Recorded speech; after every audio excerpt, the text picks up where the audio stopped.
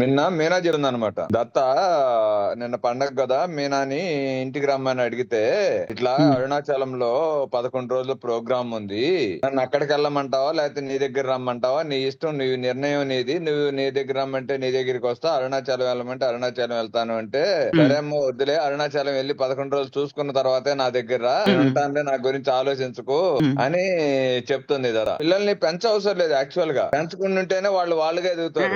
చెట్టుకు నీరు పోస్తే సహజంగానే ఎదుగుతుంది.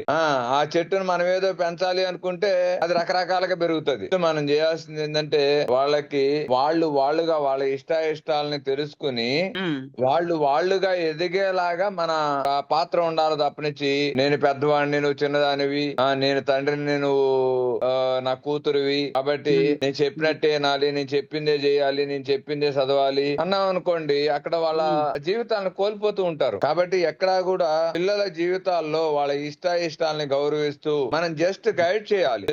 నిన్న ఒక పిక్చర్ చూశాను, నువ్వు చదువుకోపోతే ఇలా తయారవుతావు అనే దానికంటే కూడా నువ్వు చదువుకుంటే ఇలా తయారవుతావు అని చెప్పినప్పుడు అది వాళ్ళకి ఇన్స్పిరేషన్ గా ఉంటుంది. మనం ఎప్పుడు ఏంటంటే నెగిటివ్ వేలో వాళ్ళని ఇంజెక్ట్ చేస్తూ ఉంటాం. ఎప్పుడు కూడా పిల్లల్ని నెగిటివ్ వేలో ఇంజెక్ట్ చేయకూడదు. పాజిటివ్ వేలో వాళ్ళకి ఎలా అనేది చెప్పినప్పుడు వాళ్ళు ఒక నిర్ణయం తీసుకోగలుగుతారు. నిన్న మీనా మేడం చెప్పింది, ఈ సిచ్యువేషన్ ఉంది, ఈ సిచ్యువేషన్ ఉంది, నీ చాయిస్, నీ ఇష్టానికి వదిలేస్తున్నావు, నువ్వు ఎక్కడికి రమ్మని నీ దగ్గర రమ్మంటే నీ దగ్గరికి వస్తా, అక్కడికి వెళ్ళమంటే అక్కడికి వెళ్తా అని చెప్పినప్పుడు తను ఆలోచించగలిగింది, తనకి ఆ ఛాయిస్ ఉంది కాబట్టి. లేదు నాకు అరుణాచలంలో 11 రోజులు ఉంది, నేను అక్కడికి వెళ్ళిపోతున్నాను, వెళ్ళిపోయిన తర్వాత వస్తున్నాను అంటే తను చిన్నపుచ్చుకునేది. ఎందుకంటే తనకు ఛాయిస్ లేదు, నిర్ణయం చెప్పేశారు కాబట్టి ఎప్పుడైతే తల్లిదండ్రులుగా పిల్లల ఇష్టాలను గౌరవిస్తున్నాము అనే విషయం వాళ్ళకి అర్థమవుతుందో వాళ్ళు ప్రతి సందర్భంలో కూడా ఎంతో ఆలోచిస్తారు. పిల్లలకి మనం ఇవ్వాల్సింది వాళ్ళ పట్ల వాళ్ళకి విశ్వాసాన్ని తప్పనిచ్చి ఆస్తుపాస్తుని కాదు. ఆస్తుపాస్తులు ఉండడం వల్ల వాళ్ళకి సంస్కారం లేనప్పుడు, వాళ్ళకి ఆ యొక్క విజ్ఞానం లేనప్పుడు, వాళ్ళకి ఎన్ని ప్రాపర్టీస్ ఉన్నా కూడా, ఎన్ని వనరులు ఉన్నా కూడా వాళ్ళ జీవితంలో సక్రమంగా ఉండలేరు, దాన్ని సద్వినియోగపరచుకోలేరు. కాబట్టి పిల్లలకి ఎలాంటి సందర్భంలోనైనా నా జీవితాన్ని నేను లీడ్ చేయగలను, ఎలాంటి సందర్భాల్లోనైనా నేను అది ఎదుర్కొని నేను ముందుకు వెళ్ళగలను అనే ఒక ధైర్యాన్ని పిల్లలకి మనం ఇవ్వాలి. అన్నపూర్ణ గారు వాళ్ళ కూతురికి ఇచ్చినట్లుగా ఆ ధైర్యాన్ని ఇవ్వగలగాలి. ఆ ధైర్యం ఏం చేస్తుందంటే ఎలాంటి సందర్భాలను మనం ఇచ్చిన ఆస్తుపాస్తులు ఉండొచ్చు, పోవచ్చు, కూర్చుని తింటే కొండలైనా కరిగిపోతాయి అన్నట్లు ఆ యొక్క సమయం వచ్చినప్పుడు ఏదైనా మన దగ్గర నుండి వెళ్ళిపోతుంది. కానీ మన పట్ల ఉన్న మన విశ్వాసం కోల్పోయినంత వరకు మన జీవితంలో ఏ సందర్భం మనల్ని ఆపలేదు. కానీ ఆ విశ్వాసం మన పట్ల ఉండడం అనేది మనం పెరిగే జీవన విధానం మీద, మనం సొసైటీని మనం చూసే విధానం మీదే ఆ యొక్క కాన్ఫిడెంట్ అనేది మనకు పెరుగుతుంది. కాబట్టి ఎప్పుడు కూడా ఏ పిల్లలైనా కావచ్చు, ఎవరి పిల్లలైనా కావచ్చు, మనం మాట్లాడే మాట వాళ్ళ పట్ల ఎలా ఉండాలి అంటే మరింత విశ్వాసాన్ని పెంచేలాగా ఉండాలి. వాళ్ళ యొక్క ఆత్మవిశ్వాసాన్ని తుంచేసేలాగా ఉండకూడదు మనం మాట్లాడే మాట. కాబట్టి ప్రతి మాట మాట్లాడుతున్నప్పుడు చాలా ఇరుకుతూ ఉండాలి. ఎస్పెషల్లీ పిల్లలతో మనం మాట్లాడే ప్రతి మాట ఇలా పలకాల మీద చెక్కినట్లు పడిపోతుంది వాళ్ళ మనసుల్లో. అందువల్ల ఎప్పుడు కూడా చూడండి, చిన్నపిల్లలు చిన్నప్పుడు ఎప్పుడో నువ్వెందుకు, నీకు చదువు రాదు, ఏం రాదు, నువ్వు వెళ్ళి గొడ్డలను కాసుకో, చిన్నప్పుడు ఎప్పుడో ఎల్కేజీలో ఉన్న టీచర్ చెప్పిన మాట ఇప్పుడు కూడా వాళ్ళు నమ్ముతా ఉంటారు. నేను చేతగాని వాడిని, నా చిన్నప్పటి నుండి చెప్పారు అంటే ఏం చేశారు వాళ్ళు? ఇండైరెక్ట్ గా తెలియకుండానే వాళ్ళు వీళ్ళ పట్ల వీళ్ళ విశ్వాసాన్ని అణిచేశారు. నేను ఏమీ చేయలేను, నేను శక్తిహీనుడిని, నా వల్ల ఏమీ కాదు అనే ఆలోచన ధోరణిలోకి వాళ్ళు వెళ్ళడం వల్ల వాళ్ళు ఎంత పెద్ద ఎదిగినా కూడా అలాంటి నమ్మక వ్యవస్థలోనే ఉండిపోతారు. మనకి చిన్న ఎగ్జాంపుల్ చెప్పుకుంటే, చిన్నప్పుడు ఒక ఏనుగు పిల్లని పెద్ద ఒక తాడుతో కట్టేస్తారు. చాలా ప్రయత్నాలు చేస్తుంది, అది తగ్గొట్టుకోవడానికి చాలా ప్రయత్నాలు చేస్తుంది. ఆ చివరాఖరికి ఒక నిర్ణయానికి వచ్చేస్తుంది. ఏదైతే తన యజమాని ఒక తాడుతో కట్టేశారో ఆ తాడుని నేను జీవితంలో పెంచుకోలేను అని చెప్పేసి ఒక నిర్ణయానికి వస్తుంది. ఒక నిర్ణయానికి వచ్చిన తర్వాత అది కాలక్రమంలో పెరిగి పెద్ద అయిన తర్వాత పెద్ద దుంగల్ని, పెద్ద బరువుల్ని మోసేస్తుంటుంది. కానీ ఆ చిన్నప్పుడు ఏదైతే తాడుతో కట్టేశాడో అప్పుడు అంత పెద్ద అయిన తర్వాత కూడా, అది అంత బరువులు మోయగలిగే స్థాయికి వచ్చిన తర్వాత కూడా అదే తాడుతో కట్టేస్తాడు యజమాని. కానీ ఆ ఏనుగు అన్ని చేస్తుంది, ఆ తాడుని తంచే ప్రయత్నం మటుకు చేయదు. ఎందుకంటే చిన్నప్పుడే డిసైడ్ అయిపోయింది, ఈ తాడుని నేను తెంచలేను అని చెప్పేసి. చిన్నప్పుడు తెంచలేని పరిస్థితుల్లో ఉండొచ్చు, ఇప్పుడు అనుకుంటే ఒక సెకండ్ లో అప్రయత్నంగా ఆ తాడుని తెంచేయగలదు ఆ ఏనుక్కున్న బలానికి. కానీ దాని నమ్మకం ఎలా ఉంది అంటే, నేను ఈ యొక్క తాడుని నా జీవితంలో నేను తెంచలేను అని చిన్నప్పుడు నిర్ణయించుకుంది కాబట్టి ఆ నిర్ణయం వల్ల అది ఎప్పటికీ ఆ తాడుని తెంచే ప్రయత్నం చేయదు. అలాగే మన జీవితాల్లో కూడా మనం తెలియకుండా మన పిల్లల మీద మనం వేసే ముద్రలు అనేవి ఆ ఏనుగు మాదిరే వాళ్ళు చేయగలిగే స్థితికి వచ్చినా చేయగలిగే శక్తి సామర్థ్యాలను పెంపొందించుకున్న తర్వాత కూడా ఆ పిల్లలు అలాగే ఆలోచిస్తారు. చిన్నప్పుడు మా నాన్న చెప్పాడు, చిన్నప్పుడు మా అమ్మ చెప్పింది, చిన్నప్పుడు మా టీచర్ చెప్పాడు, నాతో ఇది కాదు, నేను చేయలేను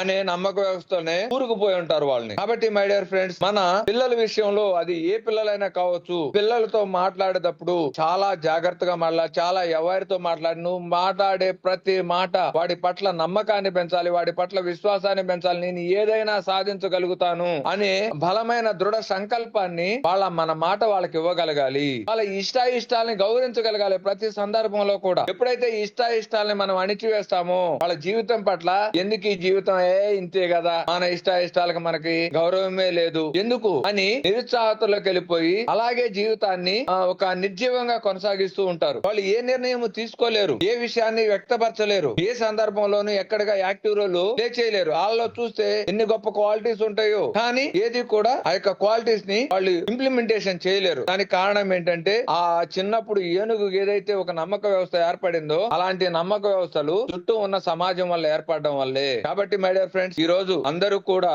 ఈ యొక్క విషయాన్ని గుర్తించుకోవాలి. ఖలీల్ జిబ్రా చెప్తాడు, మీ పిల్లలు మీ పిల్లలే కాదు, మీ ద్వారా వచ్చారు అంతే. మీ ద్వారా మిమ్మల్ని ఎంచుకుని మీ ద్వారా భూమి మీదకి వచ్చారంతే. మీ పిల్లలు కాదు వాళ్ళు. వాళ్ళ మీద మీరు పెత్తనం చేయడానికి మీకు ఎలాంటి హక్కు లేదు. వాళ్ళ జీవితాన్ని వాళ్ళు జీవించగలిగేలాగా మనం ప్రోత్సహించడమే మన కర్తవ్యం. దానికోసమే వాళ్ళు మనల్ని మన దగ్గర ప్రామిస్ తీసుకుని మనల్ని ఎంచుకున్నారు వాళ్ళు. కాబట్టి మై డియర్ ఫ్రెండ్స్, మన పిల్లలు ఎవరైతే మన చుట్టూ ఉన్నారో పిల్లలు మన ప్రపంచంలో వాళ్ళు ఉన్నారంటే మన తల్లిదండ్రులమే కావవసరం లేదు. వాళ్ళ పట్ల ఖచ్చితంగా మన బాధ్యత ఉండి తీరుతుంది. వాళ్ళు నిజంగా అలాంటి నమ్మక వ్యవస్థలో ఉంటే ఆ నమ్మక వ్యవస్థ నుండి బయటకు తీసుకొచ్చి వాళ్ళ పట్ల వాళ్ళ పూర్తి విశ్వాసాన్ని కలిగించడం మన బాధ్యతే. దానికి తల్లిదండ్రులే అవసరం లేదు, అమ్మమ్మ తాతయ్యలు అవసరం లేదు, నానమ్మ తాతయ్యలు అవసరం లేదు. మీ జీవితంలో ఒక పిల్లవాడు వస్తే ఆ పిల్లవాళ్ళకి మీరు ఏమీ కానవసరం అవసరం లేదు. కానీ మీ జీవితంలోకి వచ్చారు అంటే వాళ్ళ నమ్మక వ్యవస్థని పటాపంచలు చేయడంలో మీ పాత్ర ఖచ్చితంగా పోషించాలి. భవిష్యత్ తరాలకి మనం చేయవలసిన గొప్ప పని ఇదే. వాళ్ళకేమి మనం అవసరం లేదు, వాళ్ళకున్న నమ్మక వ్యవస్థని మనం తీసివేస్తే చాలు. వాళ్ళు ఆల్రెడీ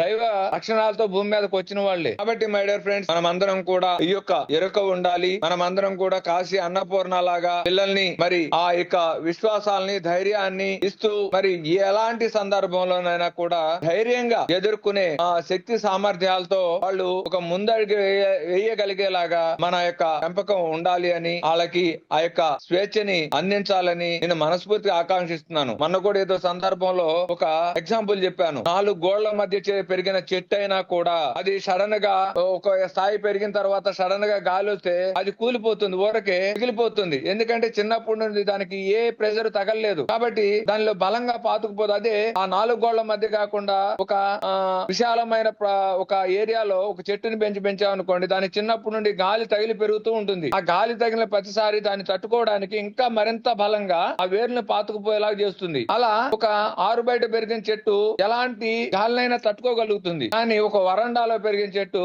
చిన్న గాలికే కుప్పగొలిపోతుంది. అలాగే చిన్నప్పటి నుండి పిల్లలు ఎన్నో ఒడిదుడుకులు ఎదుర్కొంటూ అన్నిటినీ వాళ్ళు ఎదుర్కొని సమస్యలు ఇస్తూ ఉంటే వాళ్ళు జీవితంలో ఏ స్థాయికైనా ఎదగలుగుతారు. చిన్నప్పుడేమో ఆ పిల్లల్ని గారాభంగా పెంచేస్తూ మా పిల్లవాడి కాలికి మట్టి అంటకూడదు అని చెప్పేసి వాళ్ళని గారాభంగా పెంచేసి వాళ్ళకి ఏమీ తెలియని స్థితిలో వాళ్ళని మనము తయారు చేస్తున్నాం. పిల్లల్ని నాశనం చేస్తున్న మొట్టమొదటి పాత్ర ఎవరు అంటే తల్లిదండ్రులది. వాళ్ళ ప్రతి పని నేర్పాలి, ప్రతి విషయం వాళ్ళకి తెలియాలి. ఏ సందర్భంలో ఎలా ఉండాలి, ఒక సందర్భం వచ్చినప్పుడు దాన్ని ఎలా ఫేస్ చేయాలి అనేది వాళ్ళకి ప్రాక్టికల్ నాలెడ్జ్ మనం ఇవ్వాలి. నిన్నే ఒక వీడియో చూశాను. మన భారతదేశంలో పిల్లలు అందరూ ఈ రోజున మొబైల్ కి ఎడిట్ అయిపోయారు, కానీ చైనాలో పిల్లలు ఎలా సాహసాలు చేస్తున్నారని చెప్పేసి ఏదో సంథింగ్ ఒక వీడియో పెట్టారు. వాళ్ళు అందరూ పిల్ల ఏం చేస్తుందంటే అడ్వెంచర్ చేస్తుంది. అది ఎంత బాగా అనిపించిందో నాకు. అయ్యో ఏదైనా చిన్న విషయం, చిన్న ఏదో పిల్లలు ప్రయత్నం చేసేవాడి, అరే నువ్వు పడతావు, దెబ్బ తగులుతుంది, ఎందుకు అవన్నీ నీకు, కళ్ళకుండా కూర్చోరాదా అని చెప్పేసి వాళ్ళ శక్తిని అంతా నిర్వీర్యం చేసేసి ఒక చోట కూర్చోబెట్టేస్తాం మనం. పిల్లలంటే ఎగరాలి, గెంతాలి, ఆడాలి, దూకాలి, దొరవాలి, అన్ని చేయాలి. వాళ్ళ శక్తికి తగిన విధంగా వాళ్ళు జీవించాలి. కానీ మనం వాళ్ళతో ఆ శక్తి మనం పెట్టలేక మనం ఏం చేస్తామంటే ఒక చోట కూర్చోబెడతాం ఒక దెబ్బేసి. పిల్లవాడికి బొమ్మ కొనుక్కొస్తే అది దానిలో డబ్బు చూస్తాం మనం, కానీ ఆ పిల్లవాడు దానిలో ఏముంది, ఆ బొమ్మ ఊగుతుంటేనో ఉరుకుతుంటేనో ఏముంది దానిలో అని చెప్పేసి ఒక కుతూహలంతో ఒక అరగంట తర్వాత ఆ బొమ్మ పగలగొట్టేస్తాడు. మనము డబ్బుతో చూసినప్పుడు ఆ పిల్లవాడిని ఆ బొమ్మ పగలగొట్టే ఒక దెబ్బేస్తే మనలో ఉన్న ఆ యొక్క సృజనాత్మకత అంతా చచ్చిపోతుంది. ఒక గొప్ప పెయింటర్ ఎవరో ఉన్నారు, అతని పేరు ఏదో ఉంది, అతను చెప్పారు, నువ్వు ఇంత గొప్ప పెయింటర్ కావడానికి కారణం ఏంటి అంటే, నేను చిన్నప్పుడు గోడల నిండా పెన్నులతో గీసేసేవాడిని. తెల్లవారేసరికి మా నాన్న మళ్ళీ ఆ గోడకు సున్నం వేసి నేను గీసుకోవడానికి రెడీగా పెట్టేవాడు. అదే నన్ను ఈ రోజున ఇంత గొప్ప పెయింటర్, ఇంత గొప్ప ఆర్టిస్ట్ గా తయారు చేసింది అని చెప్పేసి అతను చెప్తాడు. కాబట్టి ఆ యొక్క చిన్న చిన్న విషయాలే, మనం చేసే చిన్న చిన్న విషయాలే పిల్లల్ని అత్యున్నత స్థాయికి తీసుకెళ్లేలాగా చేస్తాయి. అదే ఆ యొక్క ఆర్టిస్ట్ ఎవరైతే ఉన్నారో అతన్ని ఆ చిన్నప్పుడే ఆ పిల్లవాడు ఆ గోడల మీద తీసినప్పుడు వాళ్ళ నాన్న ఒక దెబ్బేసి, అరే గోడని ఇవ్వడానికి గీస్తాడా, పనికి మాలి పని చేసావని చెప్పేసి తిట్టి ఒక దెబ్బేసి కూర్చోబెడితే ఆర్టిస్ట్ ఆ రోజే చచ్చిపోయేవాడు. కానీ